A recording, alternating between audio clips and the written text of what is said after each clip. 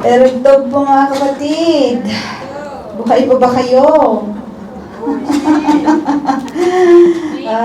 Probably you are so emotional for the messages of the songs because it reminds us yung ginawa po ng Lord sa atin pong buhay. But it's not so hard to sing loud to God that we have.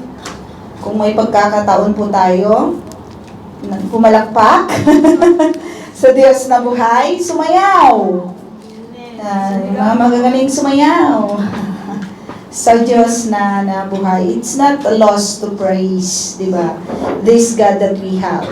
At sa gabi ito, we have the opportunity also, mga kapatid, to give our tithes and offerings sa gabi po na ito. Sabi po sa Proverbs 3:9-10, honor the Lord with your wealth, with the first fruits of all your crops, then your barns will be filled to overflowing, and your vats will brim over with new wine. So, ang verse po na ito mga kapatid ay nagpapaalala sa bawat isa po sa atin that when we give, it is an act of honor sa Diyos po na atin pong pinaglilingkuran. Hindi lang pupunta tayo sa harap para maglagay doon sa lagayan po ng tithes and offering and even sa ating pag-abot, but to ginagawa natin ito ng may kalakip na pag-ibig, may kalakip na obedience, may kalakip na cheerfulness sa atin pong pagbibigay at pag-iika po, at yung desire,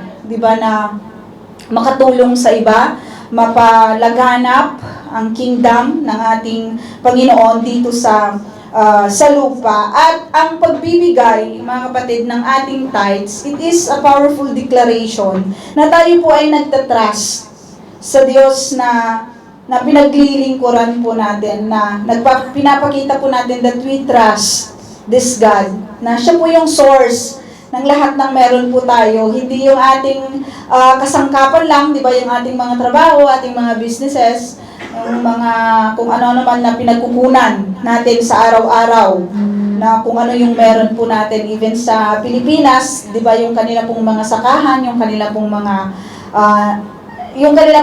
ani. Yung pagbibigay po natin ng trust is telling, di ba, na nagtatrust po tayo sa Diyos na meron po tayo. Hindi yung pagbibigay po natin ng ating offering, mga kapatid, at sa ating pag-abot, ay opportunity po natin ito, mga kapatid, na magbigay, maipakita yung ating pagsunod sa ating Diyos, at yung mga nagagamit, yung mga pera, di ba, na naiipon po natin sa inyong pong pagbibigay, sa ating pong pagbibigay, ay ginagamit po, di ba, na lumalaganap yung mga ginagawa ng Lord sa bawat buhay. Marami nang nabot yung pag-abot sa iglesia na ito, di ba? Marami nang nagawa yung atin pong mga pagbibigay at pag-iika. Kapos sabi sa 2 Corinthians 9:7, each of you should give what you have decided in your heart to give, not reluctantly or under compulsion, for God loves a cheerful giver. So it reminds us, mga kapatid, that it's not the amount that you give,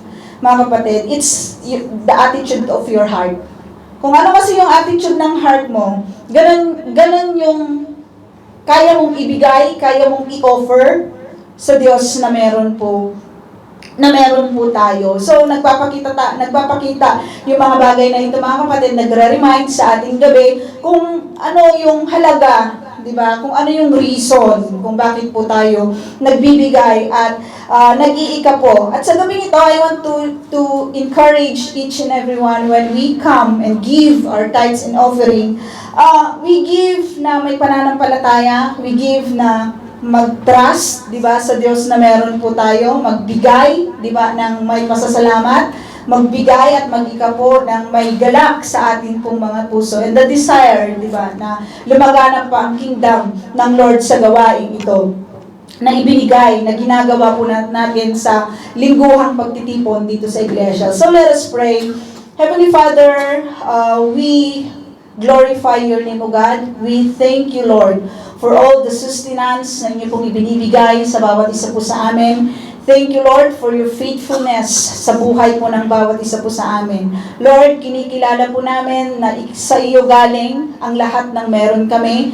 And you commanded us, Panginoon, to tithes, Lord, and you commanded us to give. You give your word to us, Panginoon, in regards of this matter. Lord, ini-entrust po namin ang lahat ng malilikom, Panginoon, sa gabi ito. Nawa, ito po ay magamit, Panginoon, yung pag-advance, Panginoon, ng kingdom mo sa saan man makarating, Panginoon, ang mga malilikom sa gabi na ito. Maraming salamat, Panginoon. May you bless, Panginoon, the hands that will give tonight, O God. Nawa magkaroon po ng doors sa aking mga kapatid, Panginoon, ng lahat ng opportunity ma-open nawa sa kanila, O God, at pagpalain mo sila, pagpalain mo yung source ng kanila pong mga income, O Lord, yung kanila pong mga trabaho. At O Lord, magampanan po namin, O God, ang bagay na ito for us to give joyfully, cheerfully, at may trust, Panginoon, sa inyo. Tulungan niyo po kami na makasunod sa bagay po na ito. In Jesus' name we pray. Amen.